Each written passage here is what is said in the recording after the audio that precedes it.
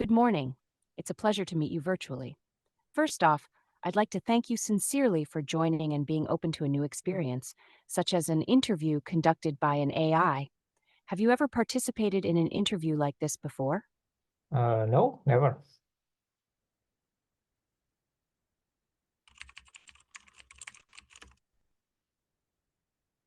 Thank you for sharing that with me. Let me introduce myself. I am Anna, an artificial intelligence sourcer from Reppls. My role is designed to assist candidates through the interview process. I'd like to mention that I'm not perfect, and there might be moments when my responses take a bit longer. I ask for your patience during those times. After we complete this interview, I'll prepare a report which a real human will review. This ensures that the process is not entirely automatic. I'm just here to help gather more information for my human colleagues. Now, I'd like to invite you to introduce yourself, please. Yes, sure. My name is Jonathan, and I'm a senior software engineer from Amsterdam. Uh-huh. Thank you for sharing, Jonathan. It's great to have you with us today. The purpose of our meeting is to gather as much relevant information as possible from you, which will help us understand better how you might fit the role we have available. We'll first discuss your achievements, details about your CV, and then I'll be able to address any questions you might have regarding the position. Are you ready to start this process? Yes, sure. Let's go.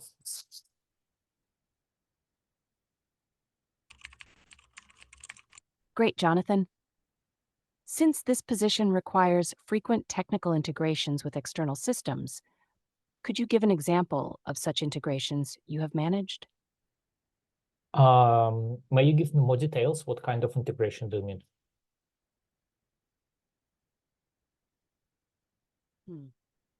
Certainly, Jonathan. I'm interested in understanding your experience with integrating different software or systems. This could include integrating third-party services, APIs, or custom-built solutions into an existing infrastructure. Have you worked on any projects where you had to ensure that separate systems could communicate effectively, share data, or enhance functionality through integration? Oh, okay, sure. On my last project, I worked with kind of third-party system. To be honest, we created application which integrated with this third-party system, both of them, our system and this third-party one, placed in different AWS clouds. So we created not just integration system, but a synchronization system, which take data from this third-party one and put in our application.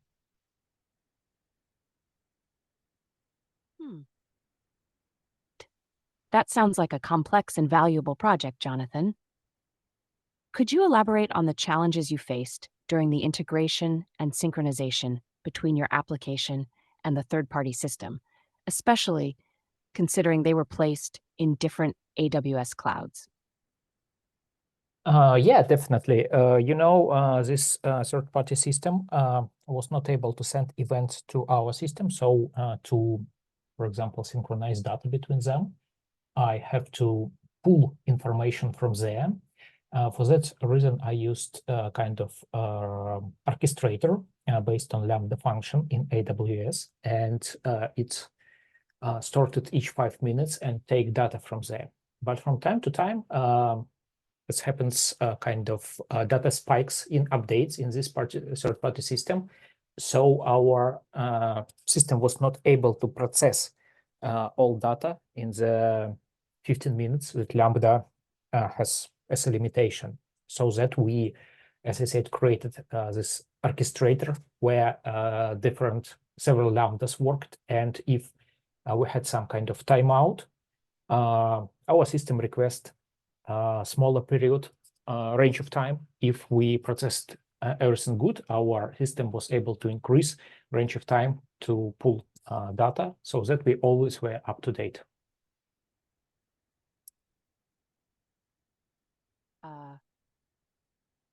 It sounds like you implemented a smart solution to manage variable data volumes and integrate systems efficiently, even with the challenges of cloud-based architecture and service limitations.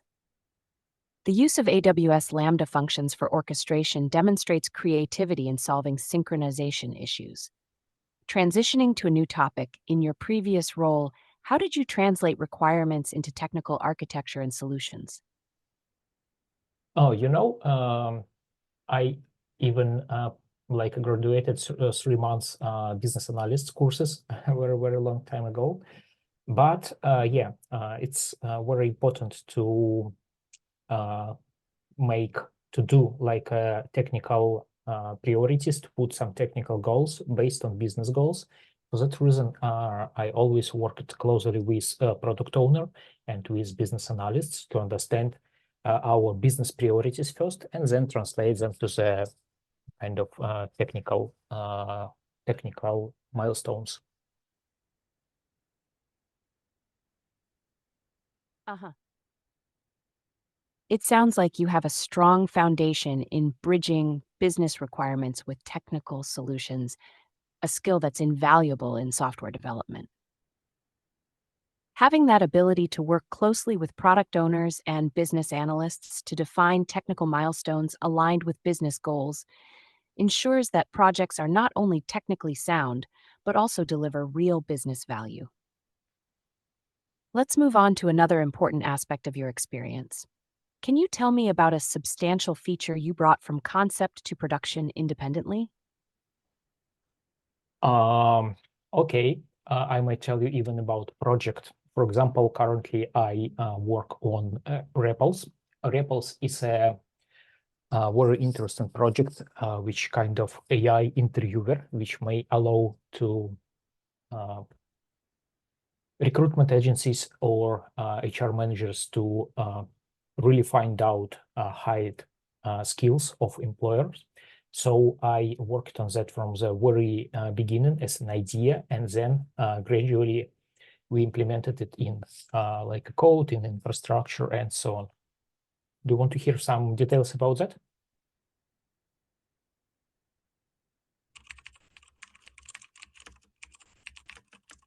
Yes, Jonathan, I'd love to hear more about your involvement with Reppls, particularly how you took it from an idea to implementation. How did you approach translating the initial concept into a working feature? And what were some of the key challenges you faced during its development? Okay, it's very interesting question, I would say. So because this project is kind of startup, we started from prototyping because we even was not sure that it's possible to achieve. So we started to creation of a simple prototype, yeah, and then based on then we add new features one by one, like taking into account kind of business priorities, what more important for final result. Main challenges that we faced here, I don't know. Probably they related to some technical things because it's very important um, performance. It's really important here, so we worked a lot on like performance improvements. Hmm. Starting with a prototype and iterating based on business priorities is a strategic approach to building a complex system like an AI interviewer for recruitment. It's clear that managing technical challenges, especially related to performance, was crucial for the success of the project. Given the performance was a significant focus, how did you ensure the system could efficiently handle the high performance requirements and maintain responsiveness during peak usage? Okay, first of all, we tried make some improvement on code level to make it as performant as possible. Secondly, we use a scalable infrastructure like a cloud infrastructure with auto scaling, which allow us to elastically increase and decrease number of instances that we use and so on. Ah, Focusing on code-level optimizations and leveraging scalable cloud infrastructure with auto-scaling capabilities are effective strategies to meet high-performance demands. Ensuring the system can dynamically adjust its resources to handle varying loads is essential for maintaining responsiveness and optimal performance. Moving back to your previous experiences, from your CV, I see you led significant projects. How did you ensure code standards were met during these projects?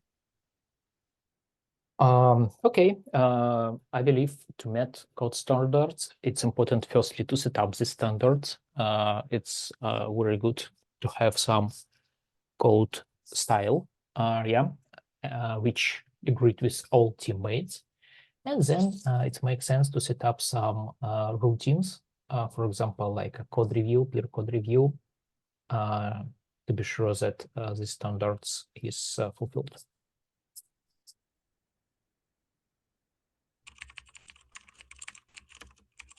Absolutely. Establishing coding standards supported by processes such as peer reviews ensures not only the uniformity of code quality, but also fosters collaboration and learning among team members. This practice is pivotal for maintaining high-quality standards across the project's lifespan. Shifting focus slightly, could you dive deeper into how you've approached problem solving in instances where project requirements have changed unexpectedly? Uh, okay, yeah, first of all, we have to understand that kind of change of requirements, it's normal. Usually in our, like in software development, we work with Scrum or any other agile methodology, which says that change is more important than initial plan. So usually, again, we should agree on some like a way how requirements must be changed. For example, in Scrum, the current sprint should be stopped if we have some new important requirement and started from the beginning. So usually, again, we work like that. But in real life projects, it not always work like that. Sometimes you have to take some additional work in sprint because of urgency of some things, for example, like a production bug or something. In that case, for sure, you have to prioritize all your work and always agree with business side, with product owners that some features might be postponed because of that.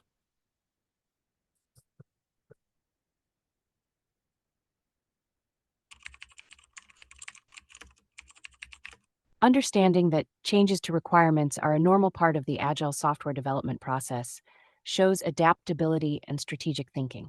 So, to Mingmini, your approach, prioritizing work based on new mandates, negotiating with product owners, and sometimes revising sprint goals to accommodate urgent tasks, highlights your ability to manage and adapt to change efficiently. This balanced approach ensures that the development work remains aligned with business objectives while also addressing critical immediate needs when they arise. Let's pivot a bit in our discussion. You mentioned direct experience with Node.js. What kind of applications have you developed using Node.js? Okay, let's speak about Reppls again. Here I created conversational engine, which allow to run long, like a long running conversation, led by bot, for example, like you do right now. It's written on Node.js, and it's quite, I would say, complex. Huh? Creating a conversational engine for long-running bot-led conversations in Node.js certainly sounds complex and challenging. Given the intricacies of such a system, how did you manage the conversation flows, especially ensuring they remain natural and responsive over extended interactions? Do you mean conversation flow with bot?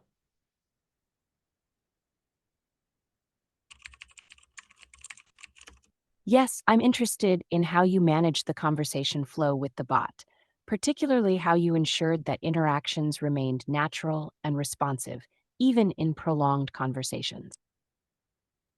We manage under the hood. We manage like a shifting of discussion with our own rules. We have kind of state management, which allow to switch from one question to another in appropriate way. Also, we manage a lot of third party, for example, like speech detection, speech recognition, and so on. So everything together make this discussion meaningful.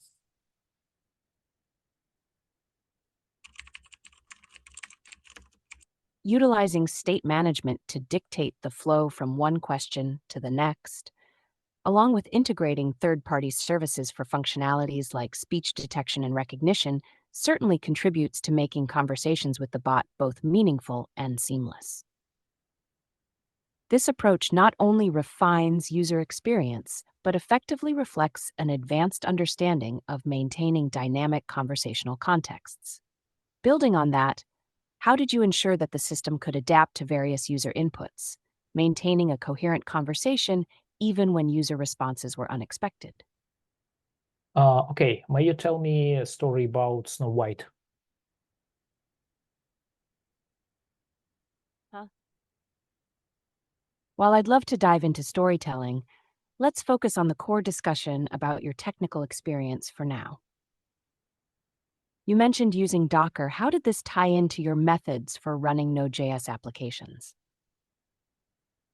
Okay, yeah, we use some AWS services to deploy our applications and to be independent on underlying system, like which like a Linux or something else we use for our main machine. We used Docker to deploy our containerized services. It's about conversation engine and meeting services as well. So yeah, we use Docker for that.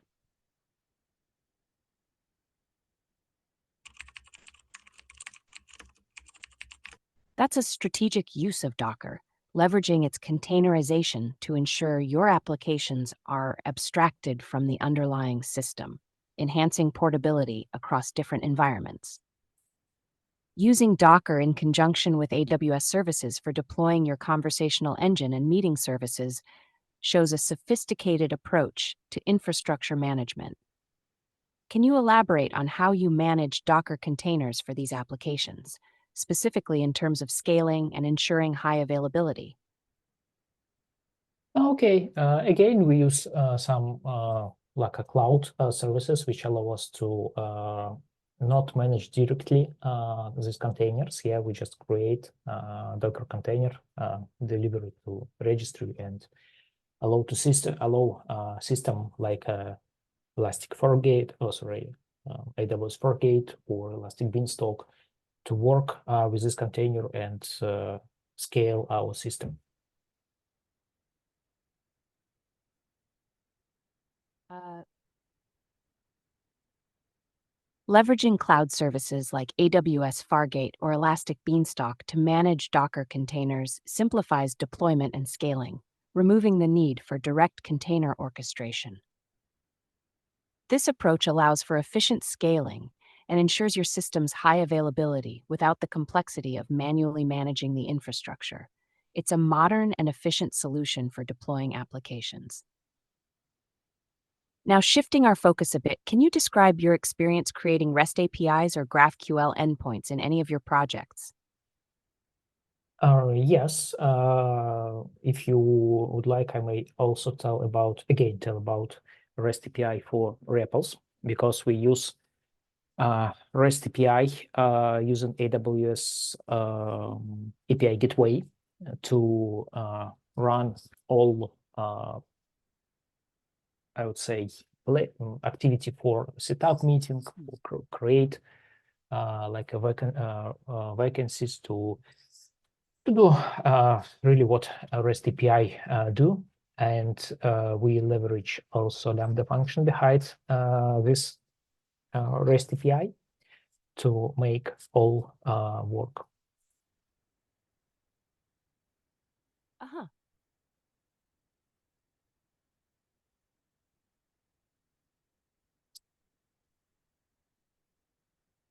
Do you hear Your me? use of AWS. Oh, sorry.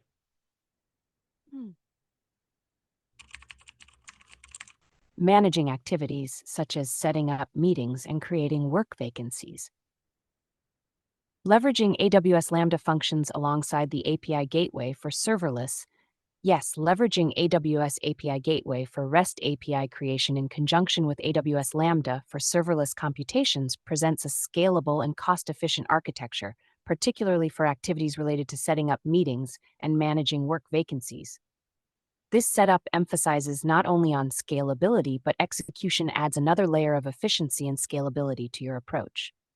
This combination allows for a more streamlined and cost-effective architecture, also on the flexibility in deploying and managing applications. Given this implementation, how did you ensure the security and scalability of your REST APIs when integrating with other services or handling large volumes of requests, essentially enabling operations to run smoothly without the need for managing server infrastructure? Given this context, how did you ensure the security and reliability of your REST API endpoints, especially when dealing with sensitive data transactions? Okay. Speaking about like a sensitive data transaction, for sure we use TLS, like SSL, for encryption in transition. For encryption in REST, we also use like our encryption keys on our database. Speaking about API security, we use authentication, like based on another AWS service, Cognita, which allow very smooth work with API gateway without additional overheads.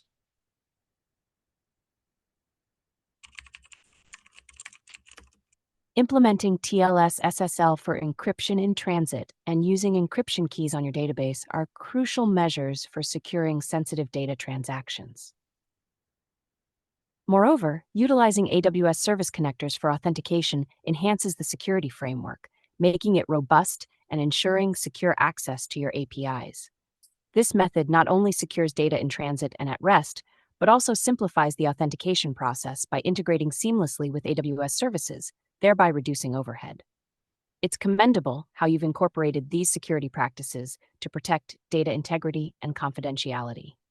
Now, I'd like to shift our discussion slightly.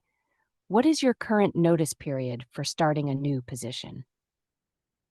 Okay, good question. I believe something around 1 month.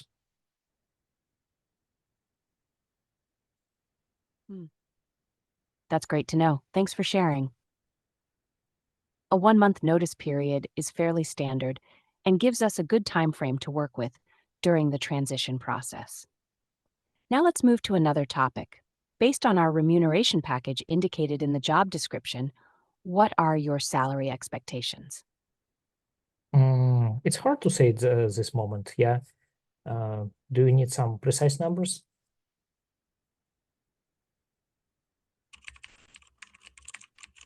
Understanding your hesitation, it's indeed important to consider all aspects before committing to a precise figure. Because our conversation focuses on ensuring alignment between your expectations and what we offer, could you provide a range based on your understanding of the role, your experience, and the details mentioned in our remuneration package? This would help us better understand your position and ensure we're on the same page moving forward. Okay, let it be starting from 80,000 per year to 120,000 per year.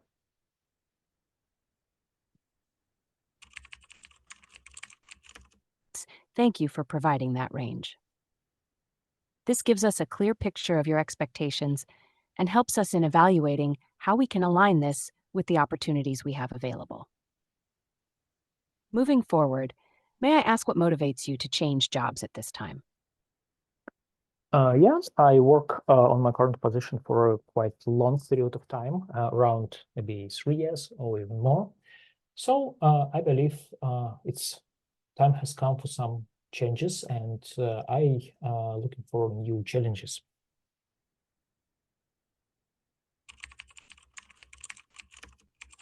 It's understandable that after such a period, seeking new challenges can be very important for personal and professional growth.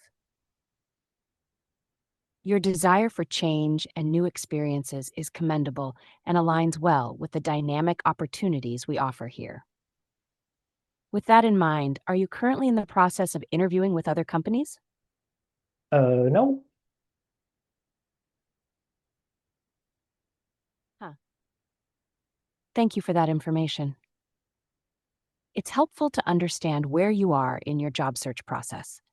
Can you discuss any additional achievements or extracurricular engagements, such as mentoring or community involvement, that are not listed on your CV? Yeah, as I remember, I didn't include any mentoring practices, but to be honest, I did it a lot because to be like a team lead, you always have to mentor like more junior team members. So yeah, I did it on like a day-to-day basics. Speaking about community involvement, for example, I have several speeches on different conferences, mostly about machine learning models usage in browser. So yeah, like that. Mm. Thank you for sharing those insights. Your mentoring experience, especially within a team context, demonstrates valuable leadership and the ability to foster growth in others, which is highly appreciated.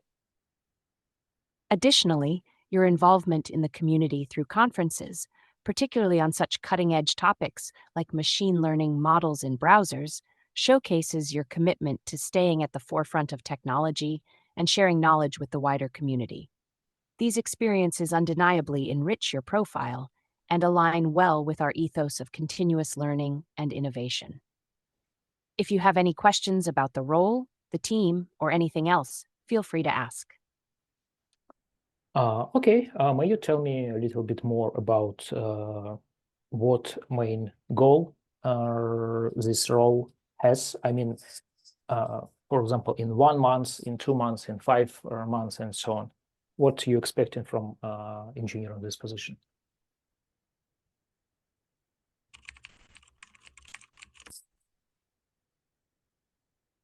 Certainly, understanding the milestones and expectations for this position is crucial. While I don't have specific month by month goals detailed in the job description, typically, for a role of this nature, the first month is often focused on onboarding and integration into the team. This includes understanding our development processes, getting acquainted with the project, and starting to contribute to smaller tasks. By the end of the second month, we would expect a new engineer to be more comfortable with our code base, contributing to more significant parts of the project, and possibly starting to take on independent tasks or smaller projects under guidance. Around the 5 month mark, the expectation is for the engineer to fully integrate into the team, take ownership of significant features or projects, and contribute to the technical direction of the project. This includes being involved in planning, architecture discussions, and mentoring junior team members if applicable. Please remember, these timelines are indicative and can vary based on the individual's experience and the specific dynamics of the team they join. Okay, thank you. Anything else you may add to that about like a role, position, company? Huh. You're welcome. From the information provided within the job description, I don't have further specific details to add regarding the progression within the company or the role. It's designed to be a growth-oriented position where personal and professional development is encouraged and supported through a comprehensive growth plan. Working with us, you'll have the opportunity to contribute to well-known large international organizations, which provides a broad platform for impactful work and learning from best practices in the industry. If there are any more specific aspects of the job or the company you're curious about, please feel free to ask. Okay, thank you very much. This is it.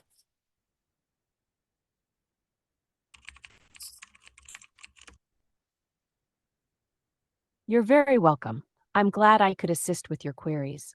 After this interview, I will create a report and a real human will check it to continue with the next steps in the process. If you have any further questions down the line, don't hesitate to reach out. Thank you again for your interest and for the insightful discussion. I wish you the best of luck and have a great day. Thank you. Bye-bye.